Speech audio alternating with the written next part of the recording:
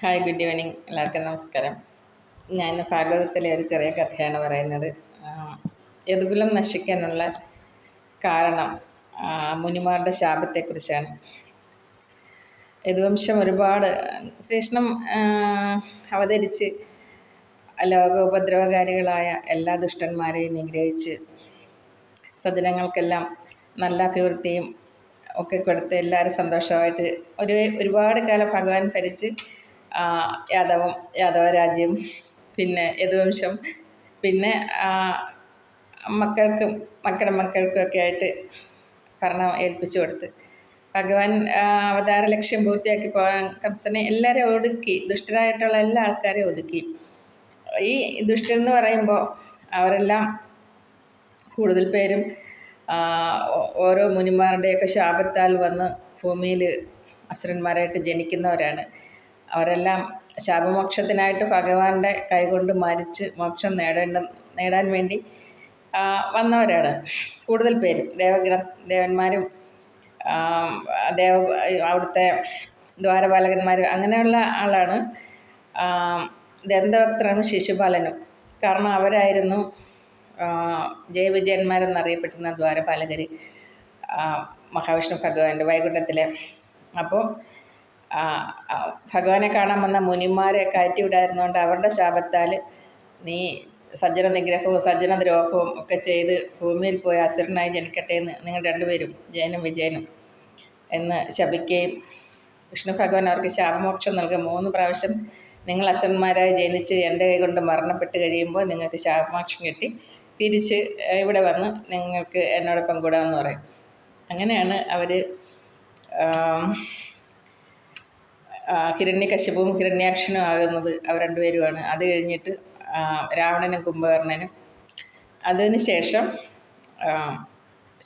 ശ്രീകൃഷ്ണൻ അവതരിക്കുന്ന സമയത്ത് ശിശുപാലനും ദന്തവക്ത്രനും ആകുന്നത്. പക്ഷേ അവരുടെ ശാപം എല്ലാം പൂർത്തിയായി. കാരണം ഈ തവണ യദുവംശത്തിൽ കൃഷ്ണൻ്റെ കൈകൊണ്ട് മരിക്കുന്നതോടുകൂടി അവർ ശാപമോക്ഷം കിട്ടി അവർ ദേവലോകത്ത് തിരിച്ചു പോകും. ബേസിക്കലി എല്ലാവരും നല്ല ആൾക്കാരായിരുന്നു. ഓരോ ശാപങ്ങളാല ചിലപ്പോൾ നമ്മളൊക്കെ അങ്ങനെയൊക്കെ തന്നെ ആയിരിക്കും വന്ന് ഭൂമിയിൽ ഇങ്ങനെ ജനിക്കുന്നതൊക്കെ. എന്തായാലും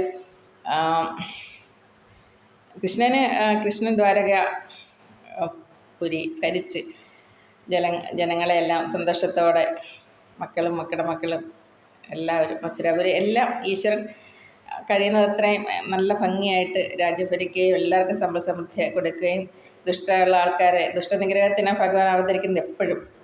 ഇപ്പം കൽക്കിയായിട്ട് അവതരിക്കും. അതും കലിയുഗമായല്ലോ, കലിയുഗത്തിൻ്റെ അന്ത്യകാറ് ഇപ്പം തന്നെ കണ്ടില്ലേ. മക്കളെയൊക്കെ നമുക്ക് ആർക്കെങ്കിലും പറ്റുന്ന കഥയാണ്. ഇനി അങ്ങോട്ട് ചെയ്യാൻ പോകുന്ന ക്രൂരതകൾ തന്നെ. മക്കളെ 1.5 വയസ്സുള്ളതിന് 6 മാസം പ്രായമായ കുഞ്ഞിനെയൊക്കെ തീയിട്ട്, എനിക്ക് ചിന്തിക്കാനേ വയ്യ, തീയിട്ട് കത്തിച്ച് കളഞ്ഞ് എന്നിട്ട് അമ്മയും കത്തിച്ചെത്ത്. എന്തിനാ ഈ കുഞ്ഞുങ്ങളെയൊക്കെ ഇങ്ങനെ ജനിപ്പിക്കുന്നത് എന്ത്? അതുപോലെ എടുത്ത് ആറ്റിലെറിയുക, അതിൻ്റെ കൂടെ എടുത്ത് ചാടി അമ്മ ചാകുക. ഇതൊക്കെ കലിയുഗത്തിൻ്റെ രൂക്ഷഭാവങ്ങളിലോട്ടുള്ള പോക്ക്. ഇനി ഇതിനേക്കാളും ക്രൂരതകൾ ഇനി ജീവിച്ചിരിക്കുന്നവർ നമ്മൾ കാണേണ്ടി വരും, അല്ലെങ്കിൽ കേൾക്കേണ്ടി വരും. അത്ര ദുഷ്കരമായ കലിയുഗത്തിൻ്റെ അന്ത്യം എന്ന് പറയുന്നത് അന്നൊന്നും നമ്മളാരും കാണില്ല, എങ്കിൽ കൂടി അത്ര ഘോരമായ കാര്യങ്ങളായിരിക്കും. ഇപ്പം തന്നെ എനിക്ക് ഭയമായി ഇനി മുന്നോട്ട് ഒരു ദിവസം പോലും ജീവിക്കുക. എന്തൊക്കെയായിരിക്കും കേൾക്കുക. ഈ 2025 തുടങ്ങിയത് പിന്നെ എന്നും ട്രെയിനിൻ്റെ മുമ്പിൽ ചാടക്കോ, കൊച്ചു പെൺപിള്ളേരും ജോലിയുള്ളവരും എല്ലാം എന്നും ദുരന്തം മാത്രമേ ഉള്ളൂ.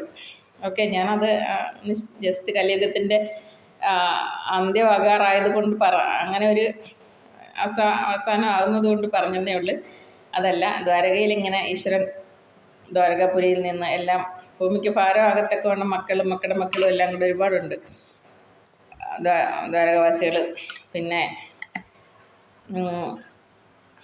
എല്ലാവരും ഒരുപാട് ആളായി.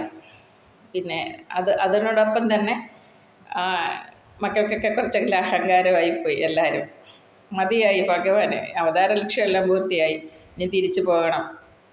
അങ്ങനെ ഈശ്വരൻ ചിന്തിക്കും എന്താണ്. അപ്പം ഈശ്വരൻ്റെ ഇംഗിതങ്ങളൊക്കെ മുനിമാർക്കൊക്കെ മനസ്സിലാവും പെട്ടെന്ന് തന്നെ. ഭഗവാൻ എന്ത് ഓർക്കുന്നതാണ്. സദാ ഈശ്വരനെ പ്രാർത്ഥിച്ചുകൊണ്ടല്ലേ അവരിയ്ക്കുന്നത്. അവർക്ക് ഭഗവാന്റെ ഇഷ്ടങ്ങൾ ആഗ്രഹങ്ങളൊക്കെ വളരെ പെട്ടെന്ന് മനസ്സിലാവും.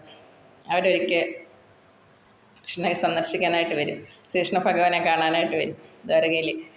അങ്ങനെ വരുമ്പോൾ ശ്രീകൃഷ്ണൻ്റെ ഒരു മോൻ സാമ്പനെ മറ്റുള്ള കൂട്ടുകാരും അനിയന്മാരും എല്ലാവരും കൂടെ കൂടി ഒരു ഗർഭിണിയുടെ വേഷം കെട്ടിച്ച് ഈ മുനിമാരുടെ മുമ്പിൽ കൊണ്ട് നിർത്തിയിട്ട് ചോദിക്കും, ഇവളുടെ വയറ്റിലുള്ളത് ആൺകുട്ടിയാണോ പെൺകുട്ടിയാണോ എന്ന് പറയാം.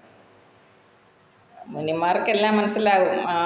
ഭരദ്വാജനും ഭൃഗുമുനി വസിഷ്ഠനും എല്ലാവരും ഉണ്ട്, ദിവന്മാരായ മുനിമാർ.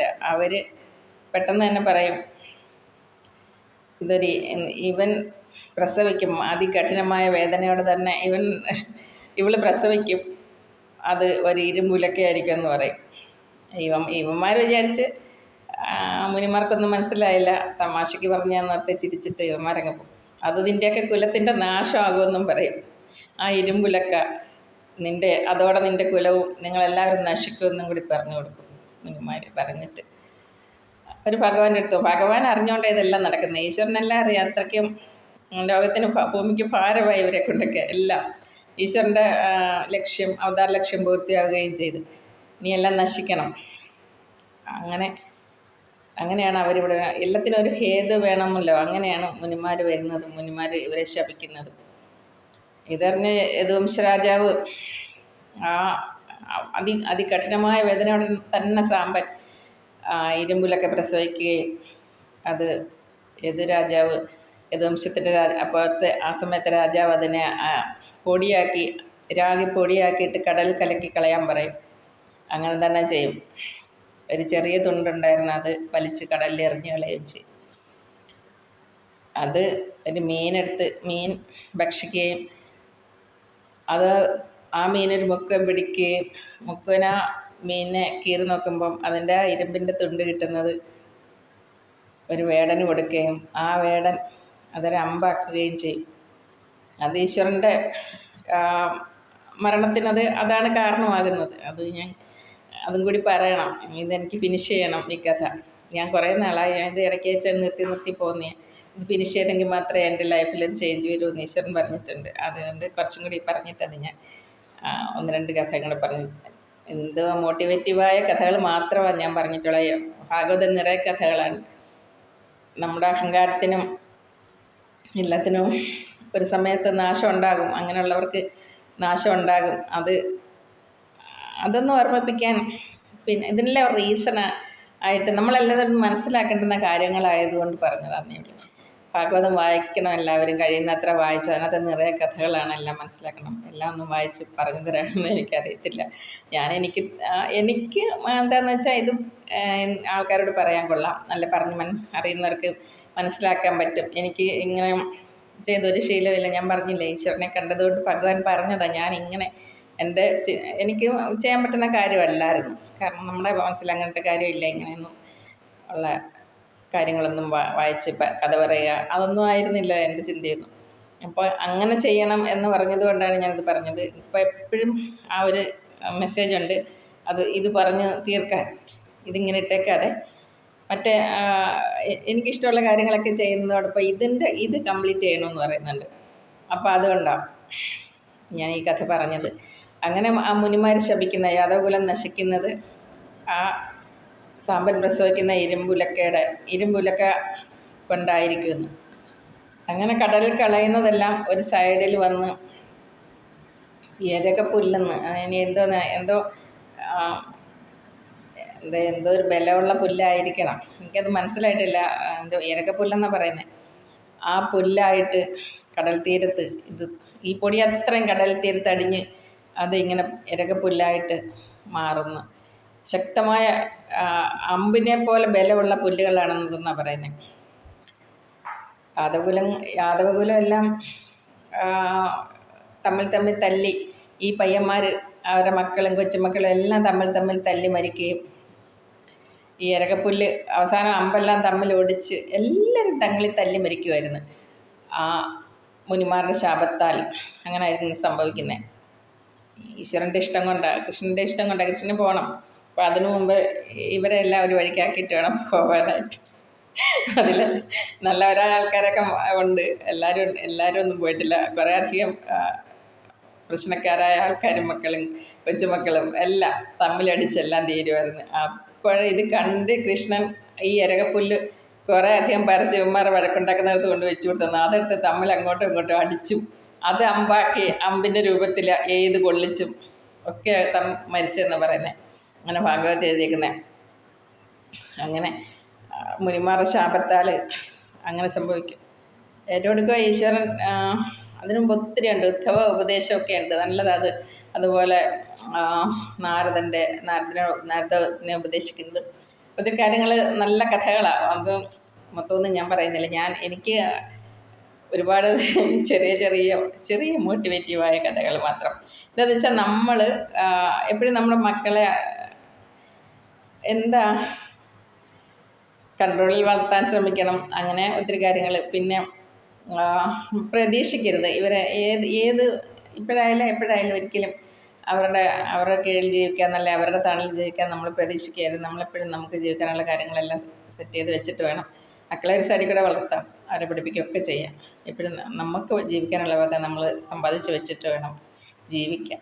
കാരണം നാളെ അവരുടെ അടിമകളെ അല്ലെ അവരുടെ വീട്ടിൽ ദുഃഖത്തോടെ ജീവിക്കേണ്ടത് ലൈഫ് സന്തോഷത്തോടെ ജീവിക്കാനല്ലേ. അത് എപ്പോഴായാലും നമുക്ക് സന്തോഷത്തോടെ ജീവിക്കാൻ ഉള്ള സിറ്റുവേഷൻസ് ഉണ്ടാക്കി വെച്ചിട്ട് വേണം ഈ മക്കളെ ഒരു സൈഡിലൂടെ മക്കളെ വളർത്തുമ്പോൾ അത് ചെയ്യാൻ. അല്ലെങ്കിൽ അതീവ ദുഃഖമായിരിക്കും വാർദ്ധക്യം. ഒക്കെ എല്ലാവരും ഈ കഥകളൊക്കെ മനസ്സിലാക്കി കുറച്ച് പേരെങ്കിലും. എനിക്കെപ്പോഴും പറയാൻ തോന്നിയൊരു കാര്യമുണ്ട്. ഞാനാണെങ്കിൽ ഈ അംബാനിയുടെ വീട്ടിലെ കല്യാണം യൂട്യൂബിൽ കണ്ടുകൊണ്ടിരിക്കുമായിരുന്നു. അപ്പം അംബാനിയുടെ ഇളയമോൻ്റെ ആ കല്യാണത്തിന് ഒരു വല്യമ്മ, അവരുടെ ബന്ധുവായിരിക്കും, ഒരു പാവം വല്യമ്മ, ഒരു വൃദ്ധയായ, അത് നല്ല വൃത്തിയുള്ള വേഷമൊന്നുമല്ല.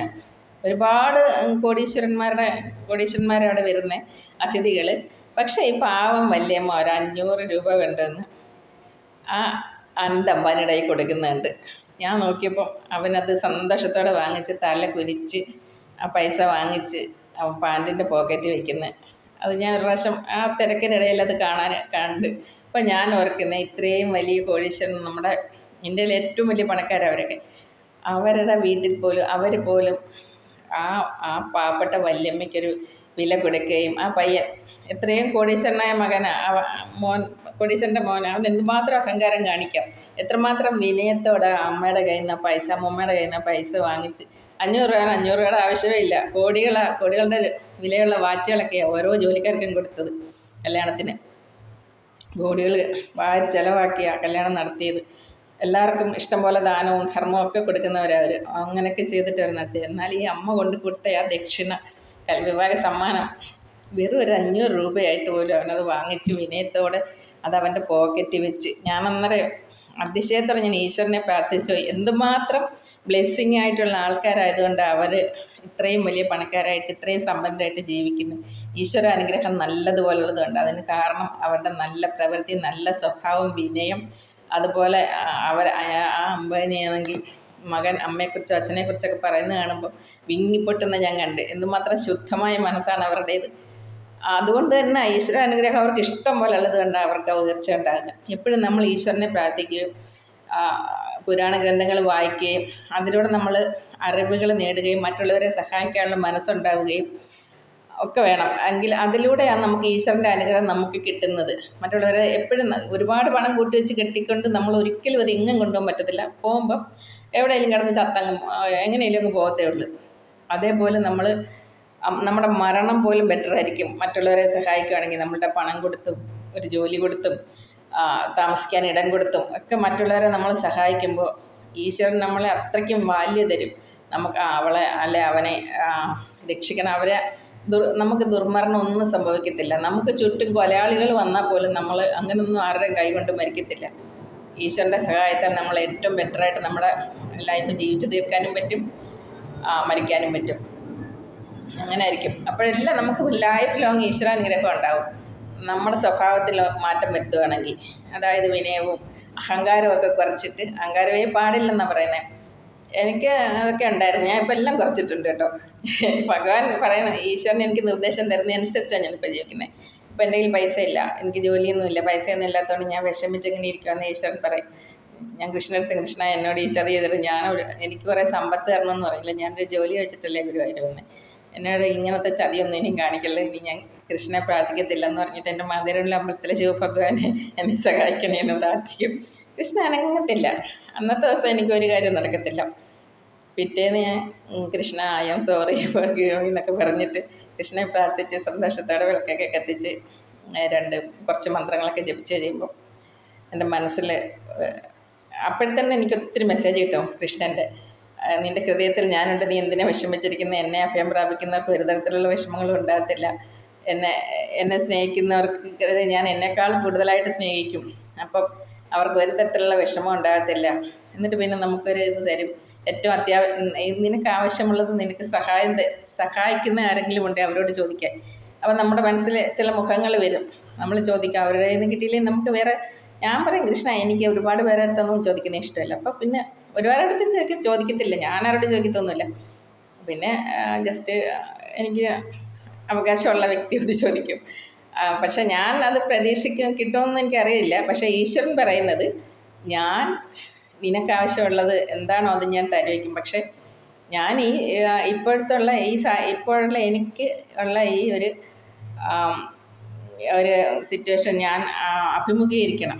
അതിൽ നിന്ന് മാത്രമേ എനിക്കൊരു മോചനം ഉണ്ടാകത്തുള്ളൂ. അല്ലാതെ ഞാൻ ഇത് കളഞ്ഞിട്ട് പോയി ആത്മഹത്യയൊക്കെ ചെയ്തുകയാണെങ്കിൽ എനിക്ക് ഇനിയൊരു ജന്മം ഉണ്ടായി ഇതിലും കഷ്ടതയോടെ ജീവിക്കേണ്ടി വരും എന്നാണ് പറയുന്നത്. അതുകൊണ്ട് നമ്മൾ ആ ലൈഫിനെയും അതിജീവിക്കാൻ പഠിക്കണം.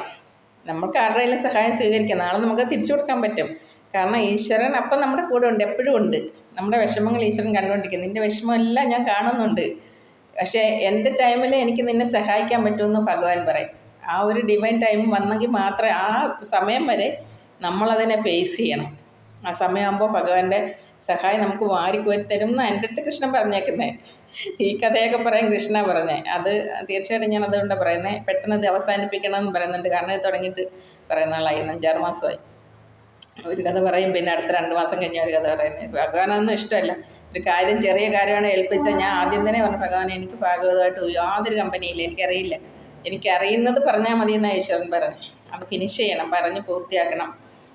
അതിനിടയ്ക്ക് എനിക്ക് പറയാൻ പറ്റുമെന്ന് ഈശ്വരൻ പറഞ്ഞേ, കാര്യകാരണ സഹിതം. എന്തായാലും ആ ഒരു അഹങ്കാരം കൊണ്ടാണ് മുനിമാരെ അവഹേളിക്കുന്നത് കൊണ്ടും അതൊരു റീസണാണ്. പക്ഷേ യദുവംശത്തിൻ്റെ അല്ലെങ്കിൽ ദ്വാപര യുഗത്തിൻ്റെ അന്ത്യമായിട്ടുണ്ടായിരുന്നു. അത് കൃഷ്ണൻ്റെ അവതാര ലക്ഷ്യം പൂർത്തിയാക്കി അദ്ദേഹത്തിന് തിരിച്ചു പോകേണ്ട സമയമായപ്പോൾ ഈ മക്കളും കൊച്ചുമക്കളും എല്ലാം കൂടെ ഭയങ്കര ഒരു ഭൂമിക്ക് ഭാരമായിട്ട് ഒരുപാട് ജനങ്ങളായി, കോടിക്കണക്കിന് ആൾക്കാരായി. അതുകൊണ്ടാണ് അവരെല്ലാം നശിപ്പിക്കാനായിട്ട് ഈശ്വരൻ്റെ ഇഷ്ടപ്രകാരം മുനിമാർ വരുന്നത്. അവരിങ്ങനെ തന്നെ പെരുമാറുമെന്ന് ഈശ്വരനറിയാം. അങ്ങനെ ആ മുനിമാരുടെ ശാപത്താൽ ആ ഇരുമ്പുകളൊക്കെ പ്രസവിച്ച് ആ ഇരുമ്പിൻ്റെ അംശം കൊണ്ട് ഈ പുല്ലുകളൊക്കെ ലാസ്റ്റ് അവർ തമ്മിൽ തല്ലാനും അമ്പുകൾ ഒടിച്ച് കളഞ്ഞതിന് പകരമായിട്ടൊക്കെ യൂസ് ചെയ്യുന്നത്. അങ്ങനെ അവരെല്ലാം മരിക്കുന്നത്. ഈ ഭഗവാൻ കൃഷ്ണനുണ്ട്. കൃഷ്ണൻ ഒരുപാട് ഉപദേശങ്ങൾ സമൂഹത്തിന് അല്ലെങ്കിൽ ഉദ്ധവർക്ക് കൊടുക്കുന്നേ. അത് നമ്മൾ വായിക്കുമ്പോൾ നമുക്ക് മനസ്സിലാക്കാൻ വേണ്ടിയ ഒരുപാട് കാര്യങ്ങളുണ്ട്. അത് ഈ വീഡിയോയിലൊന്നും പറയാൻ പറ്റില്ല. എനിക്ക് കുറച്ചായിട്ട് നമുക്ക്. പക്ഷെ എനിക്കതിനിപ്പം എന്താണോ എനിക്ക് ടൈമില്ലെന്ന് ഈശ്വരൻ പറഞ്ഞു. ചിലപ്പം മരിക്കുമായിരിക്കും, അല്ലെങ്കിൽ എന്തോ ഈശ്വരൻ പറഞ്ഞിട്ടുണ്ട് ഇത് എളുപ്പം സ്റ്റോപ്പ് ചെയ്യണമെന്ന്. അതുകൊണ്ട് ഞാൻ കുറച്ചും കൂടി പറഞ്ഞിട്ട് അടുത്ത ഒരു വീഡിയോ അങ്ങനെ ചെയ്തിട്ട് സ്റ്റോപ്പ് ചെയ്യും. എല്ലാവരും ഞാൻ പറഞ്ഞല്ലോ ഞാൻ കൃഷ്ണനെ കണ്ടുവന്ന്. അപ്പോൾ അതിൻ്റെ ഒരു കാരണം നാമജപമാണ്, നാമജപം മാത്രം. ഞാൻ ജോലിക്ക് പോകുമ്പോൾ എപ്പോഴും നാരായണ നാരായണ നാരായണ നാരായണ എന്ന് ജപിച്ചുകൊണ്ടായിരിക്കും പോകുന്നത്. ജോലിയൊക്കെ നഷ്ടപ്പെട്ട് ഞാൻ കരഞ്ഞപ്പോൾ ഒരുപാട് കരയുമ്പോഴൊക്കെ ഭഗവാൻ നീ എന്തിനാ കരയുന്നത്, നിൻ്റെ കൂടെ ഞാനുണ്ടല്ലോ, നിനക്കൊന്നും വരാതിരിക്കാൻ വേണ്ടിയാണ് ഞാൻ നിന്നെ അതിൽ നിന്നൊക്കെ പിന്തിരിപ്പിച്ച് കൊണ്ടുവന്നത്. നിനക്ക് എന്തൊക്കെയോ അവിടെ നീ ആപത്ഘട്ടത്തിൽ പെടുന്ന സമയത്ത് അല്ലെങ്കിൽ നീ അറിയാതെ എന്തായാലും നീ എപ്പോഴും എന്നെ വിളിക്കുന്നില്ല, അപ്പം ഞാൻ നിൻ്റെ കൂടെ എപ്പോഴും ഉണ്ട്. അപ്പം നിനക്ക് എന്തൊരു ആപത്ത് സംഭവിക്കുമെന്ന് എനിക്കറിയാം, നിനക്കറിയില്ല. ഞാൻ നിനക്ക് ദോഷമല്ല ചെയ്തത്, ഞാൻ നിനക്ക് നന്മയാണ് ചെയ്തത്. അവിടെ നിനക്കൊരാപത്ത് വരുന്നെന്ന് എനിക്ക് ഉറപ്പുണ്ട്. അതുകൊണ്ട് അവിടെ നിന്ന് മാറ്റുന്നതെന്ന് ഈശ്വരൻ പറയും. ഇത് എവിടെ നിന്നായാലും വീട്ടിലൊക്കെ നിന്നായാലും എനിക്ക് ദോഷം ഉണ്ടാവാതിരിക്കാൻ വേണ്ടി മാറ്റിയെന്നാണ് ഈശ്വരൻ പറയുന്നത്. ഞാൻ അവരെയൊക്കെ കുറ്റം പറയുന്നത്, വീട്ടിലുള്ളവരെയൊക്കെ. പക്ഷേ ഈശ്വരൻ പറഞ്ഞതൊന്നുമല്ല, അതൊന്നും അവരാരുമല്ല. കാരണം ഞാൻ തന്നെയാണ്. ഞാൻ നിൻ്റെ എപ്പോഴും പ്രൊട്ടക്റ്റ് ചെയ്ത് നിൻ്റെ കൂടെ ഉണ്ട്.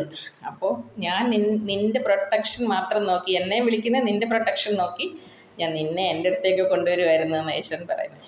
അപ്പോൾ എനിക്ക് എന്തോ എൻ്റെ അച്ഛൻ്റെ മോളായിട്ട് ജനിച്ചിട്ട് എനിക്കിങ്ങനെ ഒക്കെ കേൾക്കാനും കാണാനും ഒക്കെ ഉള്ള ഭാഗ്യം ഉണ്ടായി ഭഗവാനെ. അത് എന്തുകൊണ്ടാണെന്നോ ചിലപ്പം ഈ പറയുന്ന തൊട്ട് പിന്നെ ചാണൂരനും കംസനും ഒക്കെ പോലെ ഞാനും എവിടെയെങ്കിലും അല്ല ഭഗവാൻ പറഞ്ഞു ജന്മജന്മാന്തരങ്ങളായിട്ട് നിന്നെ എനിക്കറിയാമെന്ന്. അപ്പം എന്തോ ഒരു കണക്ഷനുണ്ട്, അതുകൊണ്ടാണ്. അല്ലെങ്കിൽ അങ്ങനെയൊന്നും എന്നെ പ്രൊട്ടക്റ്റ് ചെയ്യാനൊന്നും പറ്റത്തില്ല. ഞാൻ ആ കാട്ടിൽ ജനിച്ചെങ്കിലും ഈശ്വരൻ്റെ എന്തോ ഒരു കണക്ഷനുണ്ട് എന്തേലും. എനിക്ക് നന്നായിട്ടറിയാം. കാരണം ഞാൻ വിഷമിക്കുന്ന അവസ്ഥയിൽ ഈശ്വരനെ എനിക്ക് ആ സെക്കൻഡ് ഞാൻ കുറച്ച് നേരം വിഷമിക്കാൻ ഞാൻ വഴക്കിടും കൃഷ്ണൻ്റെ അടുത്ത്. കൃഷ്ണ ഇങ്ങനത്തെ സ്വഭാവം കൊണ്ട് നടക്കില്ല. ഞാനും കൃഷ്ണനല്ല എൻ്റെ ശിവനെ വിളിക്കാൻ പോകുന്നത്. ഒന്ന് ശിവ എന്ന് പറയുന്നത് 108 തവണയൊക്കെ ജപിക്കുക. കൃഷ്ണ ഒന്നും അനങ്ങത്തില്ല. കൃഷ്ണ അറിയാം ഞാൻ രക്ഷപ്പെടണമെങ്കിൽ എനിക്കെന്തെങ്കിലും കിട്ടണമെങ്കിൽ ഞാൻ കൃഷ്ണനെ തന്നെ അഭയം പ്രാപിക്കണമെന്ന് കൃഷ്ണ അറിയാം. ഞാൻ വരുമെന്നും കൃഷ്ണ അറിയാൻ തിരിച്ച്. ഞാൻ ഉറങ്ങിയൊക്കെ എഴുന്നേറ്റ് രാവിലെ എഴുന്നേറ്റ് വന്ന് കൃഷ്ണൻ്റെ മുഖത്ത് വെക്കാതെ കൃഷ്ണനെ കുളിപ്പിച്ച് വിളക്കെ കത്തിച്ച് അവലും അങ്ങനെ എന്തെങ്കിലുമൊക്കെ മലരും ഉണക്കമുന്തിരിങ്ങ പിന്നെ അതൊക്കെ കൊടുത്തിട്ട് ഞാൻ കൃഷ്ണൻ്റെ മുഖത്ത് വെക്കാതെ തന്നെ മന്ത്രമൊക്കെ ജപിക്കും. പക്ഷെ പിന്നെ എനിക്ക് കുറച്ച് കഴിയുമ്പോൾ മനസ്സിൽ നിന്ന് ആ ദേഷ്യമെല്ലാം അങ്ങ് പോയി സ്നേഹം വരും കൃഷ്ണൻ്റെ അടുത്ത്. അപ്പോൾ എന്നൊരു സ്നേഹം, എനിക്ക് സ്നേഹത്തോടെ കുറേ മെസ്സേജ് തരാം. നീ വിഷമിക്കണ്ട, ഞാനിപ്പോഴും നിൻ്റെ കൂടെ ഉണ്ട്. നീ വിചാരിക്കുന്ന നിൻ്റെ കണ്ണുനീരും പ്രാർത്ഥന ഒന്നും ഞാൻ കേൾക്കുന്നില്ലെന്നാണോ വിചാരിക്കുന്നത്? അതിനൊക്കെ സമയമുണ്ട്. ആ സമയം വരെ നീ ക്ഷമയോടെ കാത്തിരിക്കുക. ഇനി അധികം സമയമൊന്നുമില്ല. നിന്നെ ഞാൻ ഏൽപ്പിച്ച ജോലിയൊക്കെ പൂർത്തിയാക്കുക എന്നൊക്കെ കൃഷ്ണൻ പറയും. കൃഷ്ണൻ എല്ലാ മനുഷ്യരോടും നമ്മളോടെല്ലാം സംസാരിക്കും. കൃഷ്ണനോട് സ്നേഹിച്ച് കഴിഞ്ഞാൽ കൃഷ്ണൻ നമ്മുടെ കൂടെ ഉണ്ട്. എനിക്ക് മറ്റ് ദേവന്മാരുടെ കാര്യമൊന്നും ഞാൻ അറിയത്തില്ല. കാരണം ഞാൻ ജനിച്ചപ്പോൾ മഹാദേവ ക്ഷേത്രത്തിൻ്റെ അടുത്ത് എൻ്റെ മുക്കാൽ പ്രായം അവിടെ തന്നെയായിരുന്നു. പക്ഷെ കൃഷ്ണനാണ് എൻ്റെ ദൈവം. എനിക്ക് എല്ലാം തരുന്ന ദൈവം, എന്നെ പ്രൊട്ടക്റ്റ് ചെയ്യുന്ന ദൈവം, എന്നെ സ്നേഹിക്കുന്ന ദൈവം കൃഷ്ണ ഭഗവാൻ തന്നെയാണ്. എനിക്ക് എല്ലാവരോടും പറയാനുള്ള ഒരേ ഒരു കാര്യമാണ്, നിങ്ങൾ നാരായണനാമം ജപിക്കുക. എല്ലാം ഞാൻ അതിങ്ങനെ പറയുന്നില്ല. ഏതൊരു ഈശ്വരനെയാണോ നമ്മൾ വിശ്വസിക്കുന്നത് അവരുടെ നാമം ജപിക്കുക, പ്രാർത്ഥിക്കുക.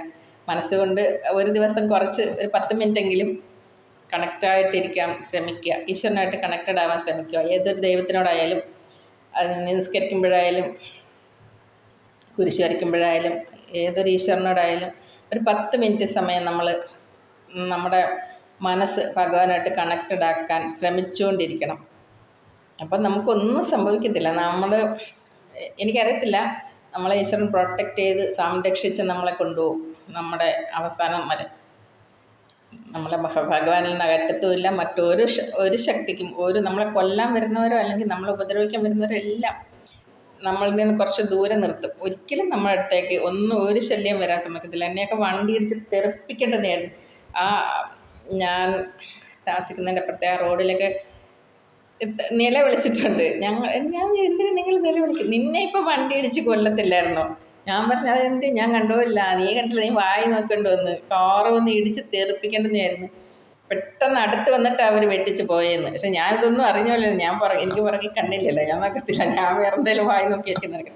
അങ്ങനെ ഒരുപാട് പ്രശ്നങ്ങൾ, ആപത്തിൽ നിന്നൊക്കെ ഈശ്വരനെ എന്നെ രക്ഷിച്ചിട്ടുണ്ട്. അതുകൊണ്ട് എല്ലാവരും ഭഗവാനെ പ്രാർത്ഥിക്കുക, സന്തോഷത്തോടെ ഹാപ്പിയായിരിക്കുക. കഴിയുന്നത്ര സഹായം മറ്റുള്ളവർക്ക് ചെയ്യാൻ നമുക്ക് പറ്റുന്നത്. ഒരിക്കലും നമുക്ക് 1 രൂപയോ അല്ലെങ്കിൽ സമ്പത്തോ അല്ലെങ്കിൽ സ്വർണ്ണമോ ഒന്നും നമുക്ക് ഒരിടത്തും കൊണ്ടുപോകാൻ പറ്റത്തില്ല. മാത്രമല്ല എല്ലാവരുടെയും ലൈഫൊക്കെ ഓൾമോസ്റ്റ് തീരാറായിട്ടുണ്ട്. നമ്മൾ എത്ര കരുതി വെച്ചാലും നമുക്കതൊന്നും യൂസ് ചെയ്യാൻ പറ്റത്തില്ല, അതൊന്നും ഉപയോഗിക്കാൻ പറ്റത്തില്ല. അതെല്ലാം നമുക്ക് കളഞ്ഞിട്ട് പോകേണ്ടി വരും. അതുകൊണ്ട് പാവപ്പെട്ടവരെ ഒരു നേരത്തെ ആഹാരം കൊടുക്കാൻ ശ്രമിക്കുക. അവർക്ക് മരുന്ന് വാങ്ങിക്കാൻ എങ്ങനെ കുറച്ച് പൈസ കൊടുക്കാൻ പറ്റുമോ എങ്കിൽ അത് കൊടുക്കാൻ ശ്രമിക്കുകയോ, ഒരു വസ്ത്രം വാങ്ങിക്കൊടുക്കുകയോ. നിങ്ങളെ എല്ലാവർക്കും കഴിയുന്നത്ര സഹായം ചെയ്യുകയാണെങ്കിൽ ഈശ്വരാനുഗ്രഹം ഉണ്ടാവുകയും നിങ്ങൾക്ക് ആ സമ്പത്ത് അതിൻ്റെ ഇരട്ടിയായിട്ട് വരികയും ചെയ്യും. എല്ലാവർക്കും നമസ്കാരം. Good night.